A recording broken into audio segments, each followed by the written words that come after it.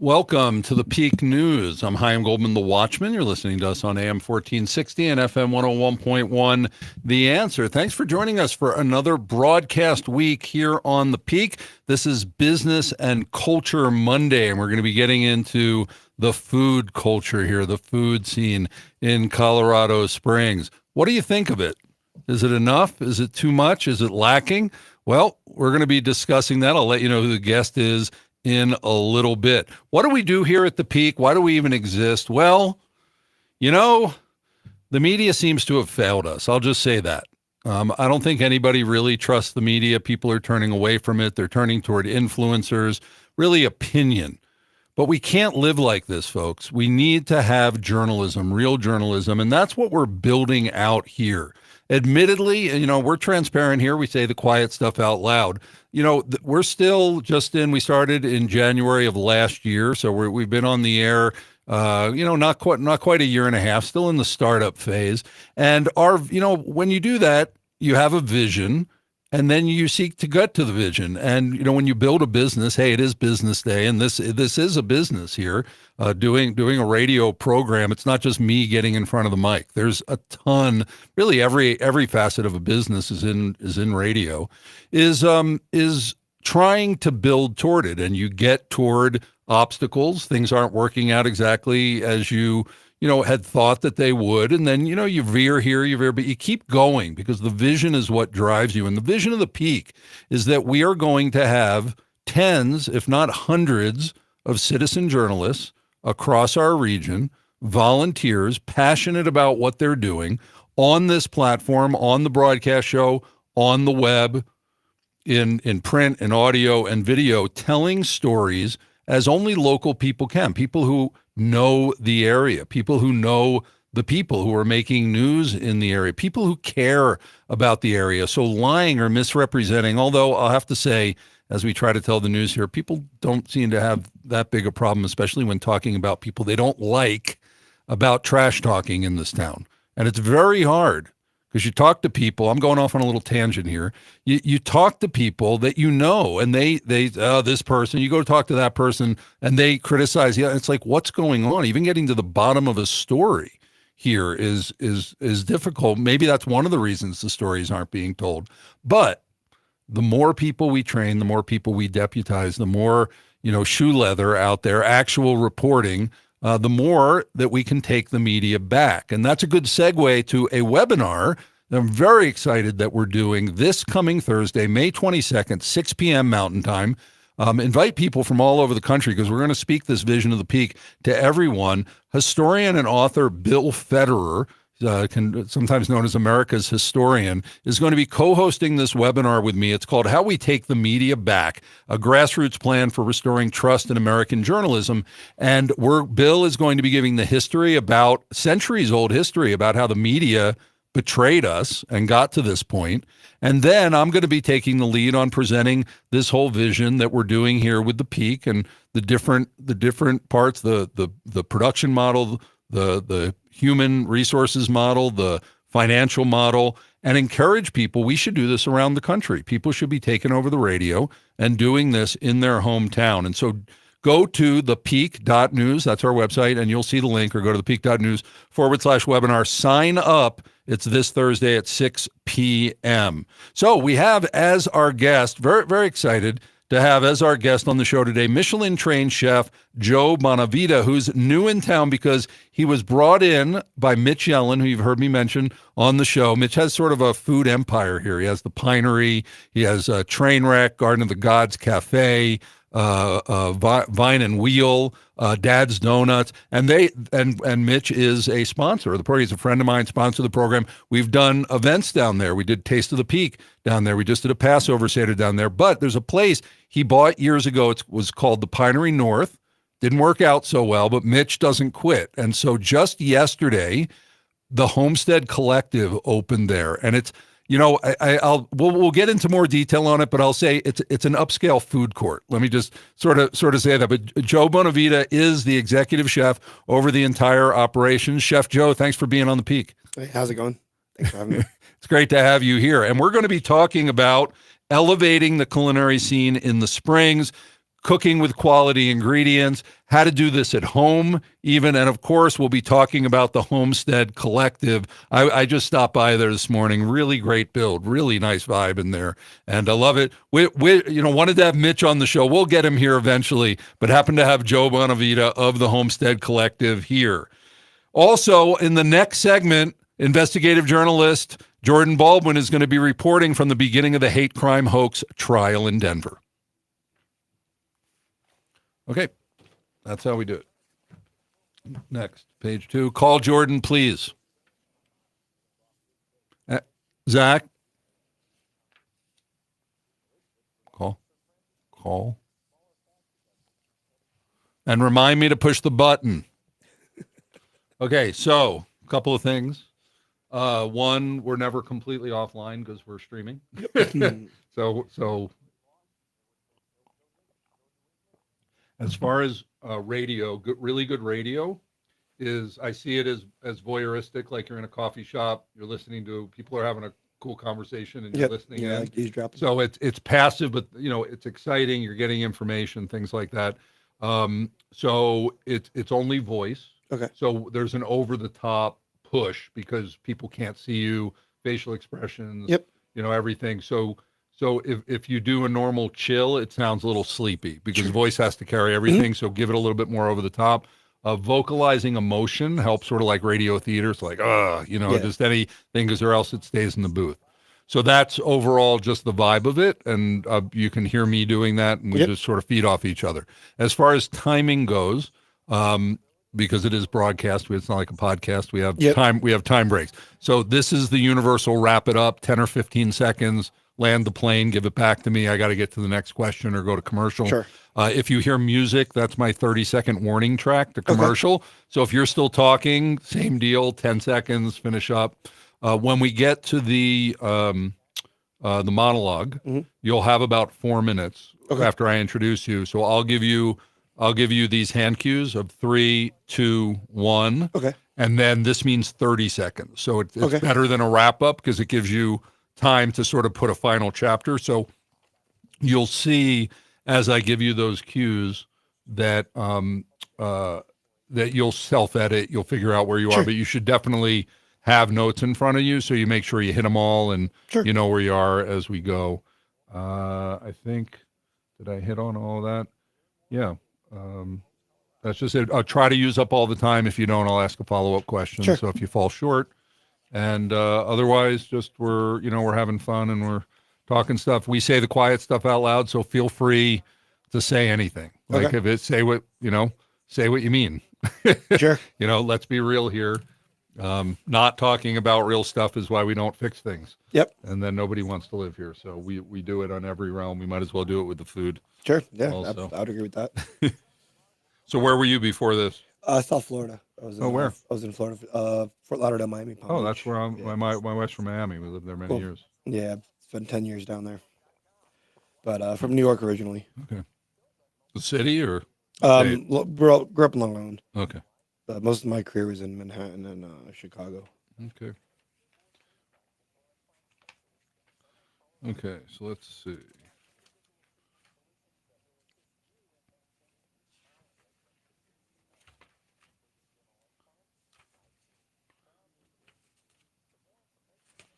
What's going on here? Okay, we're back in 30 seconds. Okay, is Jordan on? He didn't answer. I rang 2 times with the voicemail. I'll text him and he can call on my phone. But I'll give you thumbs up or down if I have. Okay, this is really not cool.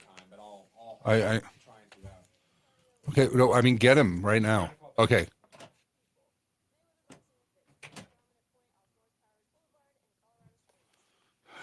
Okay. Live radio is a little crazy. Okay, here we go.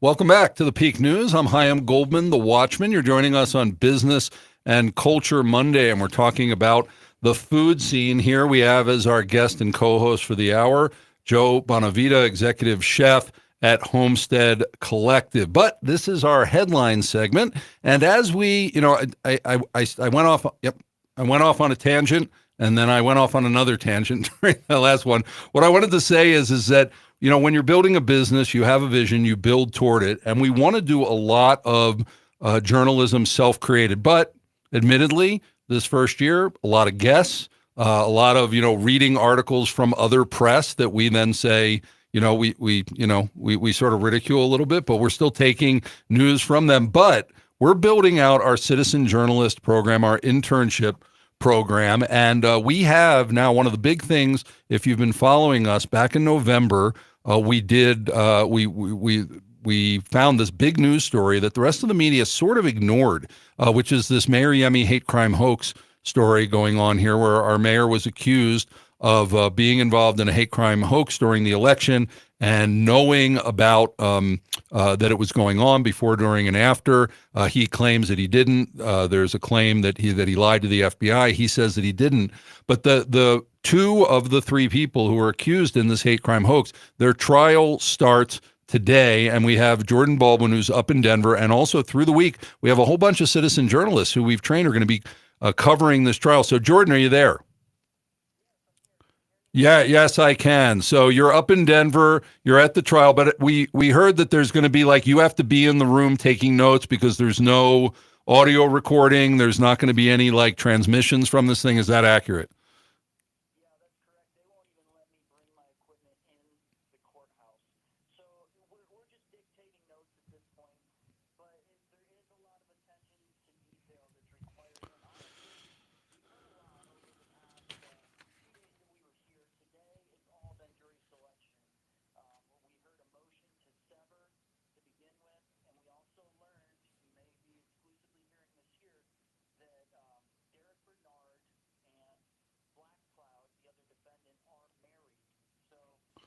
Oh, real.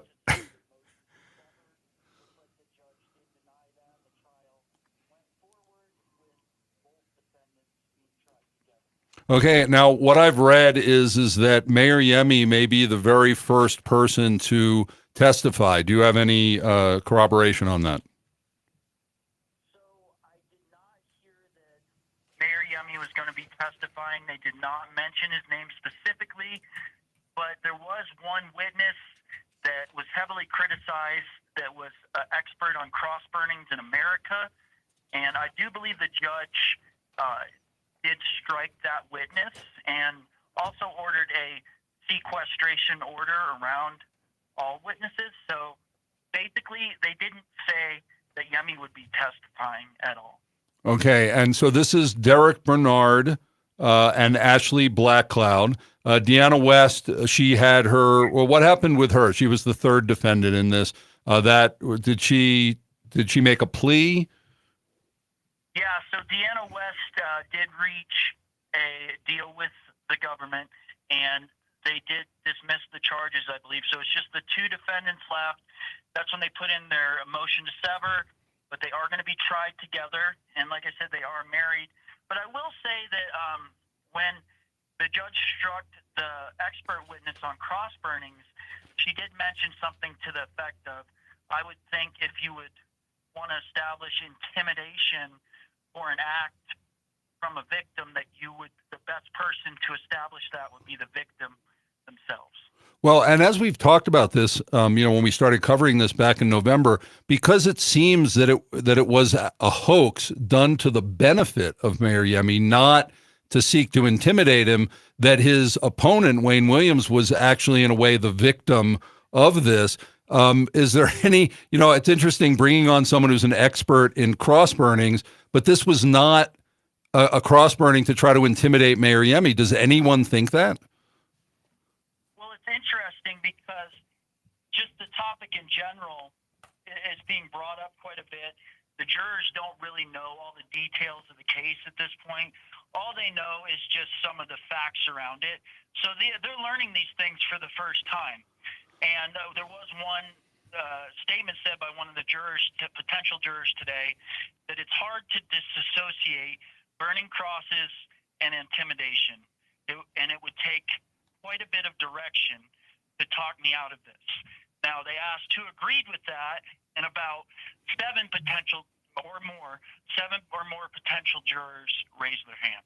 Now, two very, very interesting things that go along with this, and we're going to have people up there all week. So tune in every day. We're going to be doing in this headline segment, doing an update from the Capitol. Hopefully, two things I just want to mention to listen out for. One is that the defense that they've said that they're going to do is that this was a hoax, but they had the First Amendment right to do it, and they didn't hate anybody, and so it can't be a hate crime, and it was just a political stunt, which is protected under First Amendment. That's the first thing. The other thing is this Derek Bernard is currently serving life plus in jail for hiring someone to murder a local rapper, and yet the person he supposedly hired was acquitted and set free a few weeks ago, and yet he got life imprisonment for hiring who?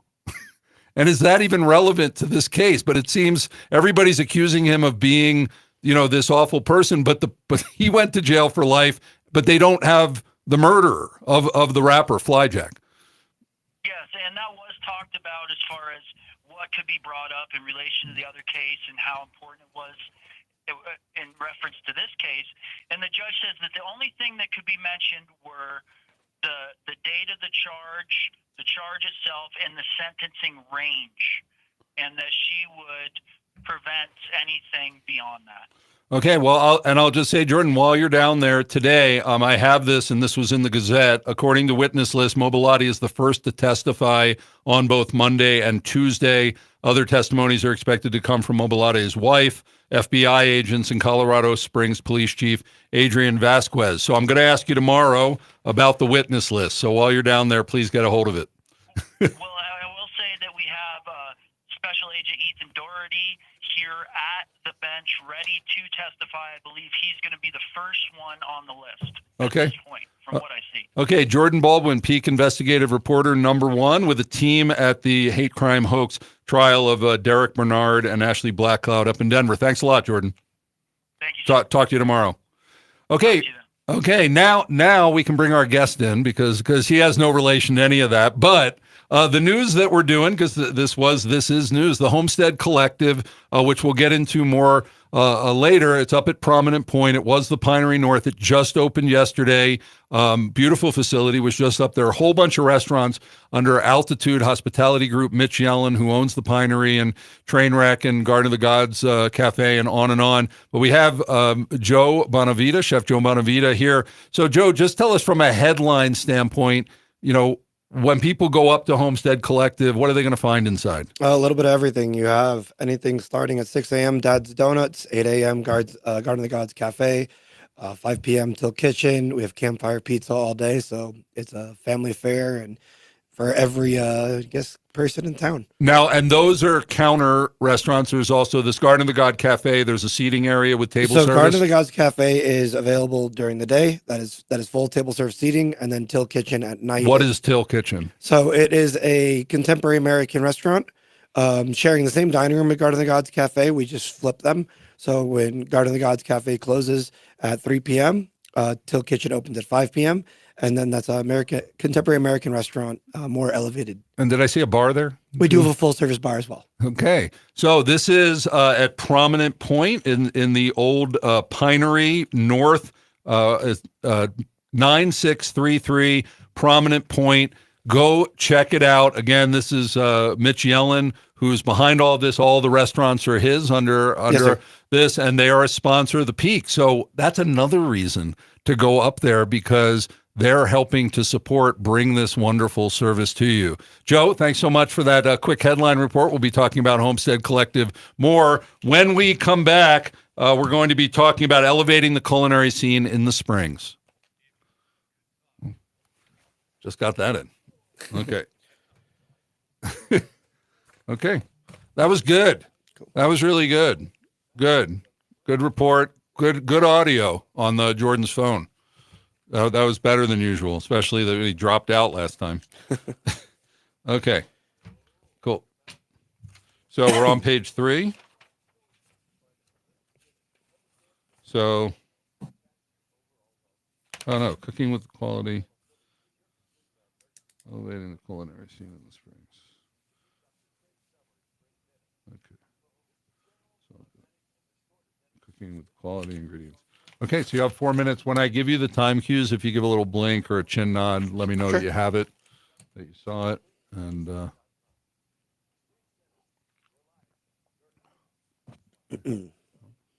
And then you want me going over any basic cooking and yeah, if you want to cooking with quality ingredients, I mean, how about you do a hybrid? Because I sort of, Can I get you any water or coffee? Anything? I'm okay, thank you. I'll do that elevating, elevating, where is it? Elevating the culinary scene in the Springs and cooking with quality ingredients. So maybe Sure. talk about, it's about the food. Yeah, absolutely. Yeah, sure. Is it hard to find nutritious food? It's hard, Can be. We had, was it last week? The week before. I have a friend who started a business of building garden towers for growing hydroponic stuff inside. I have 12 towers at Homestead. Yeah. Yeah. What do you have? The Juice Plus ones or the No, we have Tower Gardens. Okay. Yeah, I think it's not Tower. I think that's Tower Garden. He made one. He has one here in the Springs that he gets. Cool. He claims he gets like 10x what they get out of there and stuff like that. And he wanted to get it evaluated. And the labs that he went to, like, none of them, they like don't give accurate information. Mm-hmm. He's finding out that the stuff that's on the labels for the produce, it's like it's a lie. Like Oh, they in don't stores? really have. Oh, 100%. Yeah. So he's trying to find a lab to test his stuff so he can prove it. And that the whole thing's like a scam. Oh, there's loopholes with all these big commercial farmers. There's loopholes left and right. Organic isn't truly what organic is. Yeah. So where do you find your I mean, I sources? source with people that I know. I mean, Okay. I have contacts with farmers, fishermen all around the country. So I'm very particular about who I work with. Okay. Most of the places I physically will go there if I can. Are there places local that you can go to? There is. Let me check what the farm name is. It's a good question. Well, if you want to do, shout out to any of your vendors or whatever, feel free. Daniel's farm is, Shepherd's Gate, great farm. I'm buying from him, but that's really it for like Colorado Springs, I would say. It's a shame. It's hard to grow stuff out here. Yeah, that's why I'm growing it myself.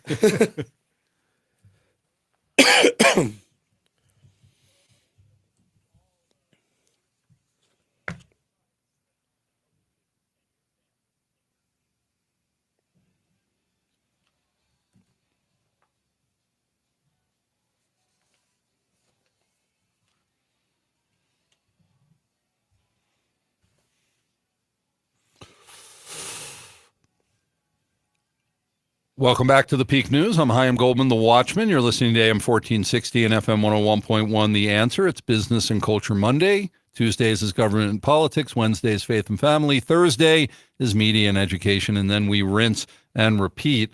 And we have, as our guest and co-host today, Michelin-trained chef Joe Bonavita, new in town because he's been hired as the executive chef of the Homestead Collective at Prominent Point. And in this section, Joe, who's a Michelin-trained chef and grows a lot of his own food. We were talking about that before. He's going to talk in this context of the program of raising up, elevating the culinary scene in the Springs and how important it is to be cooking with quality ingredients. Joe Bonavita. Thank you, sir. It's very important on, cooking with quality, right? And it's funny, when I first came out here, and I was going around and I'm thinking, where can I get fresh produce? And we were just talking about that. In the winter, where do you get tomatoes? They're not coming from here. They're probably coming from, Mexico. So I'm going to grow my own, but you taste it, you taste quality. If you go out to eat and, usually it's one of the fine dining restaurants where you're paying a pretty penny, right? That's where you're usually going to get more quality. but it just takes time sourcing. There's an art to sourcing, because of my background, which I've been trained in multiple 3-star Michelin restaurants. Thomas Keller's one of my mentors, Eric Repair, and Grant Hackett's at Alinea in Chicago, which when I was there was the best restaurant in North America. And all three of those chefs really drove that quality, first into your head, right? Um, so when I write menus or I'm even cooking at home, I really take my time on sourcing, and it's very important, because I think you mentioned earlier, a lot of the labels when you go to the grocery stores, they're not 100% accurate. Organic isn't what organic thing, is what the media means organic. I just look for things that are they're raised humanely, they're raised sustainably, and they're clean. And if you take a piece of steak, right, just simple filet mignon, a basic filet mignon, all you need to do is put salt on it, cook it, medium rare if that's what you like, and it should be delicious. But most products, especially go to the cheaper grocery stores, you need to drown it in sauce, and it's just because it's cheaper and it's not raised right. So, going to the restaurants, right? We work directly with a lot of farmers. I have relationships with farmers around the country. A lot of times I'll go to those farms, I'll build that relationship, and I'll see how they're raised. If animals are raised correctly, and they're happy, happy meat, happy, taste. There's actually a duck farmer that I work with, Jergowitz out in Pennsylvania and Lancaster. Their name of their social media is Happy Duck, Tasty Duck, and they use Happy Ducks on their slogans and stuff, right? And you go there and they're just running around, they're all happy animals. They have to live their lives, and then they get harvested, and we cook them, and we just treat them simply because they're delicious. So I give a lot of advice to friends, family, or even a couple of people I met, being here in the Springs. They ask, where do I go? Where do I shop for myself? And I don't say specific stores. Just take time reading, actual packets. If it's beef, it should just say beef on the label. If you see anything else, well, I wouldn't buy it. You might save a dollar or two buying, that lesser quality, but again, it's not, you're gonna feel good when you eat it, and it's just not gonna taste so good. So yeah, so I just take my time and, really look out for, the cleaner stuff. If it's carrots, you know, it should taste like a carrot. It should look like a carrot, not neon orange. It should have that like orange hue to it, but not like, look like it should be on a sports car. Tomatoes should look like a tomato. And honestly, when I buy produce, I kind of look for the blemish stuff. I don't want it to be that picture perfect, head of lettuce. You want a little blemish on there because that means you didn't do anything to it when you were growing it. And yeah, that's kind of how I look for quality. So you source from all over the country? I do, but I try to stay, within a few states around us being here. Texas, Nebraska, Utah, some Montana. I have an amazing bison rancher I'm using in Wyoming. So where's the best beef steak Oh, in America come from? So my personal favorite is going to be raised in Nebraska, and Texas as well. Okay. Are you buying quality ingredients? Is it worth it to you? Especially when you have a big family, it can get quite expensive. But we had Michael Enos talking about tower gardens and growing that, and the nutrition isn't there. If there's not food in your food, you're not going to be satisfied anyway, no matter how much you save. I'm Chaim Goldman, the Watchman. When we come back, we're continuing with Chef Joe Bonavita and talking about the Homestead Collective and the restaurant scene here in the Springs. We'll be right back. Cool. This is just 2-minute break. Cool. Good? Yeah. That was good? Feeling good? Yeah. Okay. Yeah, you'd be shocked. Like some of the farms that I've been to, and like certified Angus beef, for example, they just beat these animals. They don't read them right. There's a farm I work with in Spokane, Washington. It's a Piedmontese breed of cattle, which means they only have 10% body fat. These things are beasts. But he raises them like I would eat off this barn floor. Like no joke. Okay. But he treats them like they're all of his pets, and he raises them right. They eat amazing stuff. Like you can eat their food. Like when I'm watching them scoop it in their bins, like when I was there last September, you literally could reach your hand in there and eat it. And then it's like when I look at talk to farms too, I ask them that, I'm like, what are you feeding them? Would you eat what you feed your animals? Because if you're not going to eat it, why would you want to feed it to them, right? And it shows. It really shows. And a friend, he made his money very young in in supplements, nutritionals. Yeah. And he started a company called Beyond Organic. He tried Okay. to do it as an MLM and it didn't work out, but he was doing all these ancient farming techniques and all of that and bringing in the cows that don't have the whatever the casein A or something thing in them. But he would play worship music in the milking area, and they would be all calm. And in the slaughtering too, he was doing a level of kosher type of slaughter. Okay. And but he would they were peaceful animals, and a lot of it was. And he played down where the watering hole they would go. He was playing worship music down there, and they were happy. They were happy animals. I mean, even like the wild game ranch I buy from, which is true, 100% wild game. They harvest very quick and humane.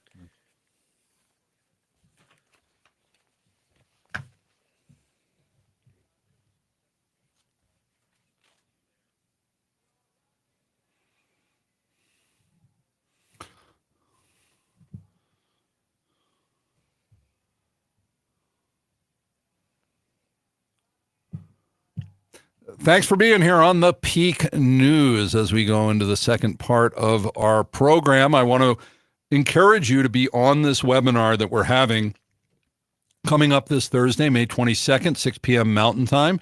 And people across the country, you're listening to the Peak. You appreciate what we're doing here, but this needs to go around the country. Every local community should be building out a Peak to take the news back, take the media back. And so join us with historian Bill Federer. Go to thepeak.news, sign up, and please share it around the country so we can bring in as many people as possible, because we the people do need to take the media back. I want to do a shout out to one of our sponsors, Mayweather Boxing and Fitness, also at Prominent Point. I actually went and worked out this morning, did a boxing workout, and then went over and got a Dad's Donuts. No, I didn't, but I really wanted to. But we walked through. But right at Prominent Point too, it's wonderful. If you like, I mean, it's so interesting because there's boxing, cardio, really great way. The time goes by. Great community of people. So go to Mayweather.fit and check out Colorado Springs. It's the only one here in Colorado.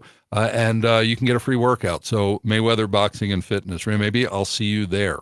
So on this segment, we're continuing with Michelin-trained chef Joe Bonavita, who's new in town because he was hired by Mitch Yellen in the Altitude Hospitality Group to be the executive chef over the Homestead Collective at Prominent Point, which just opened up yesterday. So Joe, give us your background. How did you end up being in the, majoring in food? Sure. It's actually funny.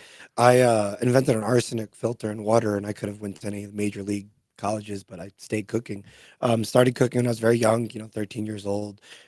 Trained under multiple 3-star Michelin chefs, Thomas Keller, Eric Ripert, and Grant Achatz, 3 of the best chefs in the world. And I started with them, and I do have a degree from Le Cordon Bleu.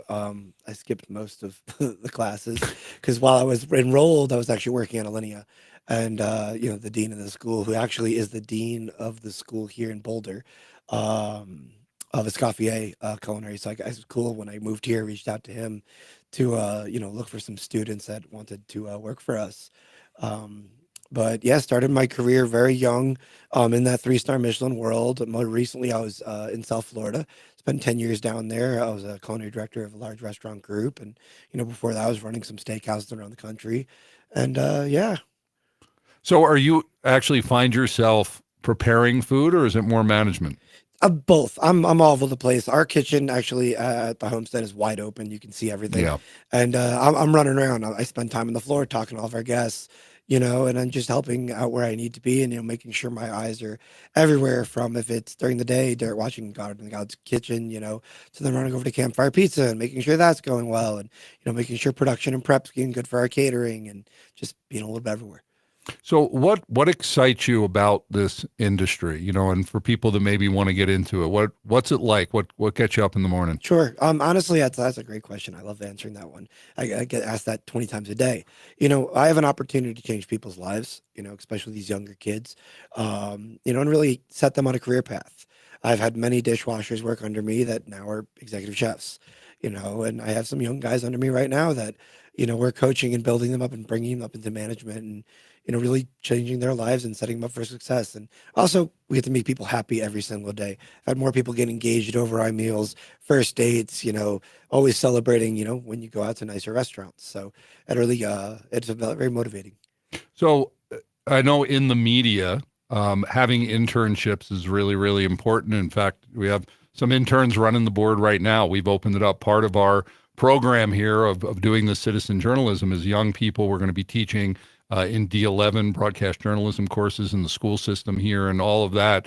In the world of becoming a chef, how many people come through the chef school area, and how many just work their way up from being bus boys and Most things like of that? them, most of, I'd say maybe 80%, of chefs usually just come up, the hard knocks. I have a gentleman that works for us now. He's actually in our Campfire Pizza kitchen. And, he goes to me last week and he goes, thinking about going to culinary school. I said, save your money. I said, if that's what you want to become a chef, we could teach you that. We'll take you under our wing and we'll build you up the hard way. But you're going to learn more being in it than if you go to school. You're going to spend the money. You'll learn fancy French terms and some knife cuts and stuff. But actually being in the business is a better way to come up. Yeah, and you get paid instead of paying. Exactly. You do get paid. So you're a new resident here. You just moved here in January. Yes, sir. Yeah. So as an outsider, and I want you to be real frank, how do you view the culinary scene in Colorado Springs? Where is it strong? Where is it lacking? Sure. The strong point, I think all the residents that I've met, I would say strongly want better restaurants. That's a pleasant way of talking around. You just didn't end run around the question there. There's a lot of fast food here. There's a lot of big box chains, and we see they're all closing. Red Lobster's going out, Olive Garden, they're all going out, right? Because at the end of the day, the market's more expensive. As a consumer, you're going to go spend the same amount of money at Olive Garden, or you're going to go spend the same amount of money out of more of a chef-driven restaurant, or a smaller restaurant group. I think most people are going to lean towards the smaller group. I think here in Colorado Springs, because the military bases and everything, you did when Fast Food Nation was filmed here, there's a lot of that. And I think it just needs to be built up. When I first moved here, and even my real estate agent and landlord, he goes to me, he goes, "Oh, you're a chef," and we talked about my background, and he looked at me and goes, "Thank you, sir." He's super excited about, just a more chef-driven concepts being here. Yeah, I mean, it's when the whole up by Shields and the whole Interquest area, which really just got built over the past couple of years, I was really surprised to look around. Not a lot of just restaurants, like it's fast food and chain kind of stuff and things that feel chain kind of stuff, but not really a lot. There's some, but I really thought, especially considering the financial state of the area, that people are wealthy up there, that there would be more, and yet it's the fast food restaurants. Why is that? Do they just have the capital, or To be honest with you, I'm not sure. When I drive around a lot, especially in our area in Briargate and then Interquest, which we're actually putting a Dad's Donuts in that Shields parking lot. Okay. That's going to be opening hopefully in June. Like is a kiosk, like a like standalone? like a standalone, Oh, really? similar to downtown. Okay. Yeah, so we're going to actually have 3 Dad's Donuts now in Colorado Springs. Yeah, I'm not sure, because there is plenty of people here who make very good money, and I think there's across the board, Colorado Springs has, the sustainability to have nicer restaurants. I think maybe operators are just scared to, to push that boundary. And that's one of the things with Mitch. When I met him, he's not afraid to push the boundary, and he really wants to change the culinary, and hospitality scene here. And that's what brought me here. I had opportunities in Dallas and Nashville and Montana and other cities. And I ended up, meeting Mitch. I spent, a day with him before I flew home after, he made me a job offer. And, just his vision and him saying, what, let's push it and let's bring a really good product here for everybody. That's what made me say, all right, this is where I'm going to come. So overall, because, Mitch can't do everything. Yep. That's Mitch Yellen, if people don't know, and has his somewhat of a food empire here. Yes, Is how do we go about as a community bringing a better restaurant scene here? Because restaurants are tough. I mean, most go out of business, right, within 5 years. How do we do that? Sure. I think there needs to be more community between the restaurants, right? I come from larger cities, but all the, we have in New York and in South Florida, and in Chicago, we've always, chefs started our own communities within each other and helped bring each other up. If on my day off, I'm going to go support another local business. If I know a chef down the street he's looking for some cooks and I have some extras, or I know of cooks looking for work, I'm going to send them there. You need to build that community within the community, if that makes sense. Well, it does. I'll just let you know that in almost everything in this town, people don't work well together. People are very insular. People hold on to their thing. They don't share well. And that's a vibe here. So just that is, and I share that with you. Let's break that together. Yeah, we should. The whole thing that I don't think people have talked about, and we have it here, is the auto mall. I mean, the biggest dollar thing that people buy, you come for a Ford, you buy a Toyota, we should all encourage each other, but that vibe needs to be broken here. Let's do that. In the media, too. We have a very hard time on media day getting other media people here because they're not allowed to come because they have contracts that keep them from being able to come on other media. So that's here. Okay. So finally, you talked about Homestead. We mentioned the restaurants real quick again, but give us the origin of how this project came about. Sure. The Homestead Collective, the building used to be the original Till. I believe they opened in 2016, 2017, and it was Till. That was the original location. They ended up closing, with COVID, and then I forget he had another concept in there, and then became at Pinery North, and it was an event hall. And well, they had like volleyball courts. Yeah, they had volleyball courts. They had a little bit of everything in there. And then Mitch was going to sell the building, and then something came to him and said, "Hey, don't sell it." The potential buyer, ended up not closing on the property, and he kept it. A couple days later, I think maybe less than a week, they got my resume, and I came out here a couple days after that, and the history was written. And really wanted to take the altitude hospitality concepts we already have open, and put them in the building. And it's a 20,000 square foot building, so you can't just have one restaurant in there. So we wanted to create an environment where you're literally starting at 6 a.m. at Dad's Donuts, 8 a.m. Garden of the Gods Coffee, Till Kitchen starts at 5 p.m. Campfire Pizza's running all day. We are going to have pickleball courts outside. We have picnic tables and fire pits. And in the winter, we're going to have an ice skating rink. And I'm going to do homemade hot chocolate, and I'll have a small limited menu, that you can take out to the ice skating rink as well. So it's a family affair, and there's something for everybody. So we have less than a minute left. What's sort of the ethos, the DNA of the concept of Homestead Collective? And by the way, the website, thehomesteadcollective.com. Sure. It really is that. It's a place where you can come spend an entire day. You can literally have breakfast, go outside, play pickleball, come in for lunch, get some donuts, go home, take a shower, take a nap, bring your, wife or girlfriend or first date, or come back for dinner with some friends and hang out. And it's just an environment for everything, for everybody. All day. Seems like he needs to put apartments above it then. Nah, that's not a bad idea. Talk to him when he's back in town. I'm Goldman the Watchman. You're listening to The Peak. We're hanging out with Chef Joe Bonavita. When we come back, we're going to be talking about tips for the household gourmet. We'll be right back. Good segment, man. Cool. Thanks. Yeah, it's a fun place. We're also going to have, I didn't mention it, but we're going to have Sprig too. Sprig. Okay. So that is going to come back as poke bowls, protein shakes, salads. Hey. Okay, a couple different things. Yes. I'll tell you about the gym rant. Jordan got the witness list. Okay. Yemi is at the top of the list. Okay. And so I sent that to you. He was wondering if you want to say that. Okay. Maybe. Sections, Okay. Yemi's at the top of the list, and also that we could have it on the website. Like I could put it on the website. Okay, just quick. Tell me what I need to know. Should I go put it on the website now? No, people aren't going to go for that. People aren't going to need that. Okay, but what's the gym rant? Gym rant's 219. What? 219, and what's the topic?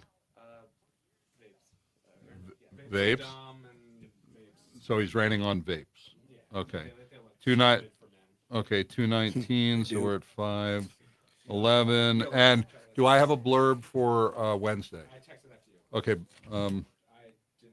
I can't print it. It's 200. Well, you could. You could have thrown it over to my computer. Let's see. Guy Rogers. Okay. Unleashing the fullness of your leadership calling. That's his motto, and then he's also Flourishing leadership and former president and CEO of Pinnacle Forum, nationwide network of Christian leaders, transforming leaders who transform culture. Okay. And what's this other thing, the witness list? yeah, that's what it is. Okay, now that I can think. Let's see. He's a victim. He's not a victim. So you might want to run it. Oh, my goodness. It was done to his benefit, and he's saying he's the victim. He's been saying that from the beginning. So he's sticking to that, I guess. I know, but if they're guilty of a hate crime, who was the hate against? It wasn't against Yemi. Well, supposedly. This thing is so twisted. Oh, right, but no, it wasn't. Joe, can you imagine this? This guy Mhm. supposedly hires another guy to Uh-huh. kill this rapper. Uh-huh. He gets convicted. The jury deliberates for like 2 hours, Uh-huh. sent him to life plus like 20 years. Uh-huh. But the guy who supposedly he hired is out on the street because there's no murder, there's no bail. So a couple months later, he comes in, he has the trial, and he's acquitted. Uh-huh. So this guy is in jail for life Uh-huh. for supposedly hiring the guy that didn't do the murder, according to the court. That doesn't make sense. Right. That's just one of the backstory. And you got for this life whole for thing. hiring. hiring the guy, but they don't know who the actual murderer is because the guy was acquitted, who he supposedly. So they don't hired. know who he actually hired. So there's technically no crime. But the guy's dead, and supposedly he hired it, and he's. Oh, Claiming, so the guy was and actually he's killed. claiming this Derek Bernard, who's behind the hate crime hoax, is Ah. claiming that. He's claiming that he's innocent, and Oh. this town's crazy, man. It really is. It's a lot behind the scenes. Welcome back to the Peak News. I'm Chaim Goldman, the Watchman. You're listening to us on Business and Culture Day, and really enjoyed hanging out with Michelin-trained chef Joe Bonavita, executive chef of the Homestead Collective at Prominent Point. And in this segment, I like at the end to give you something to just, no pun intended, to chew on, to move forward, to take action. We don't like passive listeners. We love you if you're passive, but we prefer that you're active. And so in this, I said, Joe, let's give people some tips for being a gourmet at home. So, Joe, what are some of the things that people can do to not just, open up a box of Hamburger Helper or whatever, or a TV dinner, all this stuff that's so convenient, cereal, that's a popular one. What can people do, even with basic ingredients, to make it more gourmet? Sure. When I look at gourmet, right, I think it's just simple cooking.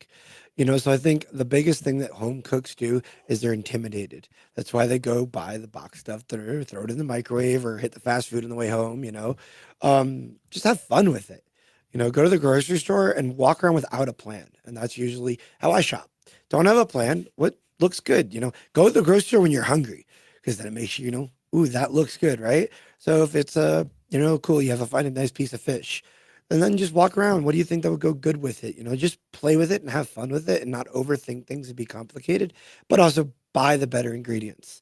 If there's a smaller butcher shop you can go to, if there is a farmer's market, if there's farms that you can actually buy directly from, that'll make you a better gourmet in its sense by having better ingredients, and then also just have fun with it. Just enjoy your cooking and just have fun, get your family involved, get your friends involved.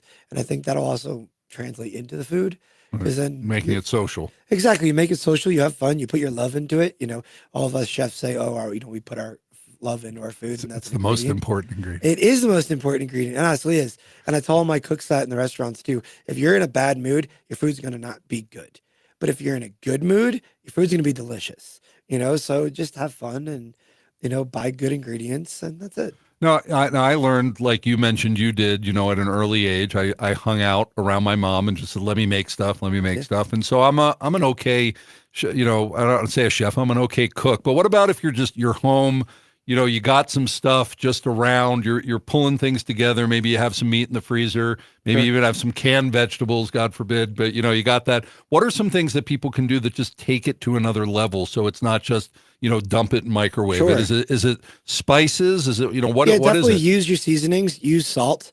Use salt and acid are both seasonings, and it'll pull flavor out. But it's funny. So what do you say acid? What's acid? Lemon juice, lime juice, vinegars. But it's funny you said God forbid on canned vegetables, but vegetables are canned at their peak freshness. It's the So same is as- that better than frozen?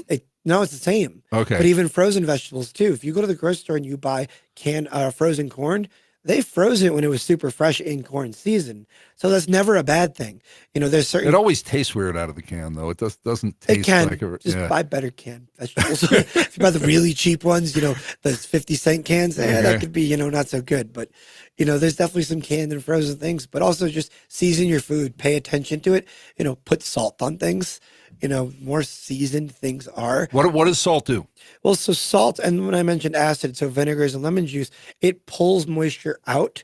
So if you put salt on a sliced tomato and then you eat it, it's pulling the moisture out of the tomato, which is the flavor, and it's just enhancing it without covering it up.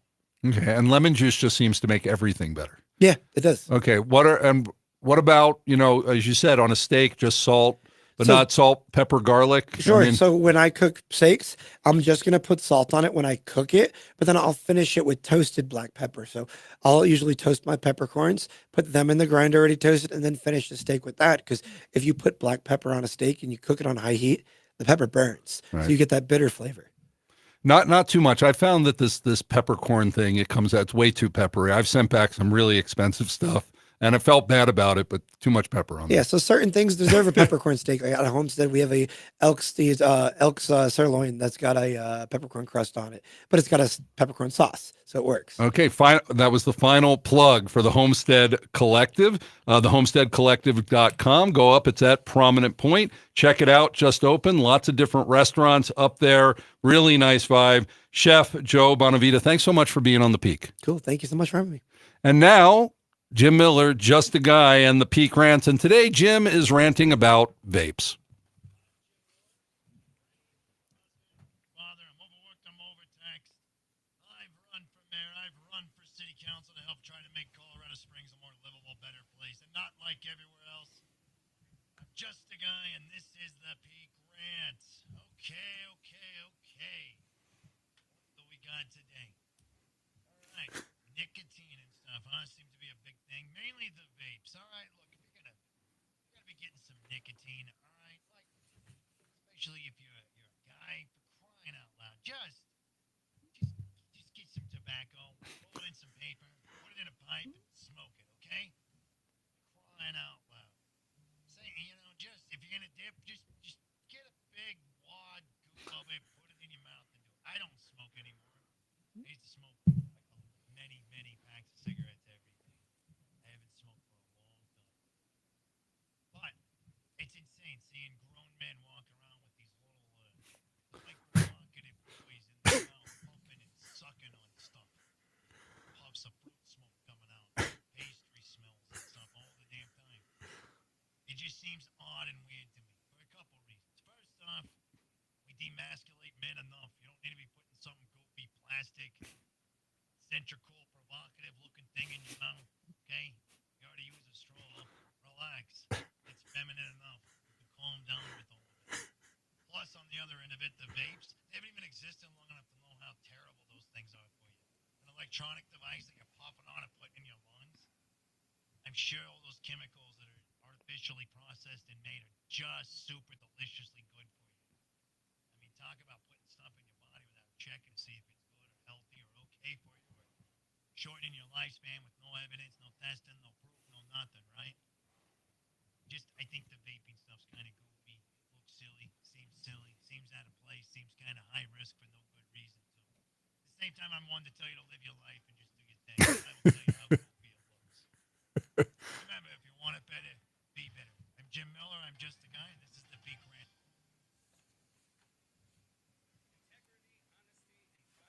Cool. Okay. If you need to go, Yeah. you probably do. Yep, I'm getting blown up. Thanks so much. Thank That you, was sir. awesome. I appreciate it. Hope Let's to- see if I can find this coin. Let me see if I can send somebody out to help you. No, it should be short. Yeah, it should be all right. I mean, if I don't find it. Okay. Well, sometimes another set of eyes. All right, well, yeah, might as well. Okay. Appreciate you. Yeah, sure. Unless someone heard us on Facebook and ran out there.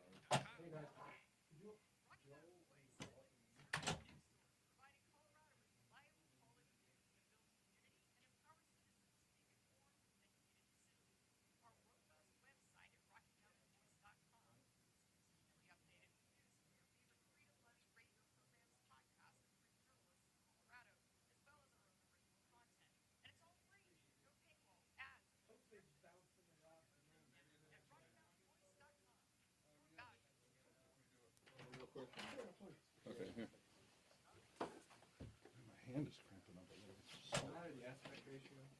up. We usually do wide.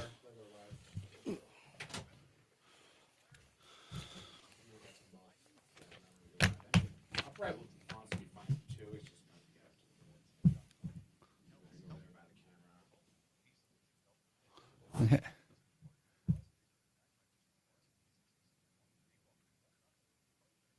Cool. Thanks. Get that to Zach. We got to send it to Mitch. Okay. Thanks a lot, Joe. Really, it was really good. Really good. Maybe we can do a regular, like we can do short segment, like a 4-minute thing, regular cooking thing or whatever. What? Whichever memory Okay. push that. Okay. Did we signal? Yeah. Yep. Yeah, I punched it. Did we signal you or did you? No, I remembered. Yeah, so my bad. Yeah. But now you're Yeah.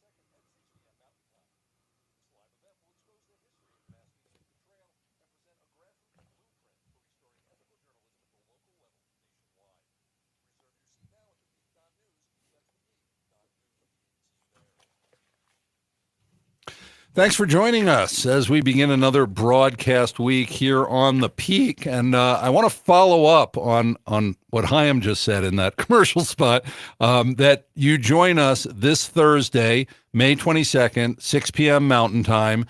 Go to our website, thepeak.news, sign up for this webinar. It's called How We Take the Media Back, a Grassroots Plan for Restoring Trust in American Journalism. And we're going to be sharing Bill Federer, America's historian. He's going to be giving us this background of centuries about how we lost the media, how it went from serving the people to serving special interests, and then laying out what we're doing here at the Peak to a nationwide audience. So also I would ask you as a Peak fan, tell others about it. It's not just something that we're doing here. It's a webinar. It goes across the country, really around the world, but across the country. But please help us promote that and get as many people on, because we want a version of the Peak all across the country. Local people reporting on local stories, supported by local businesses.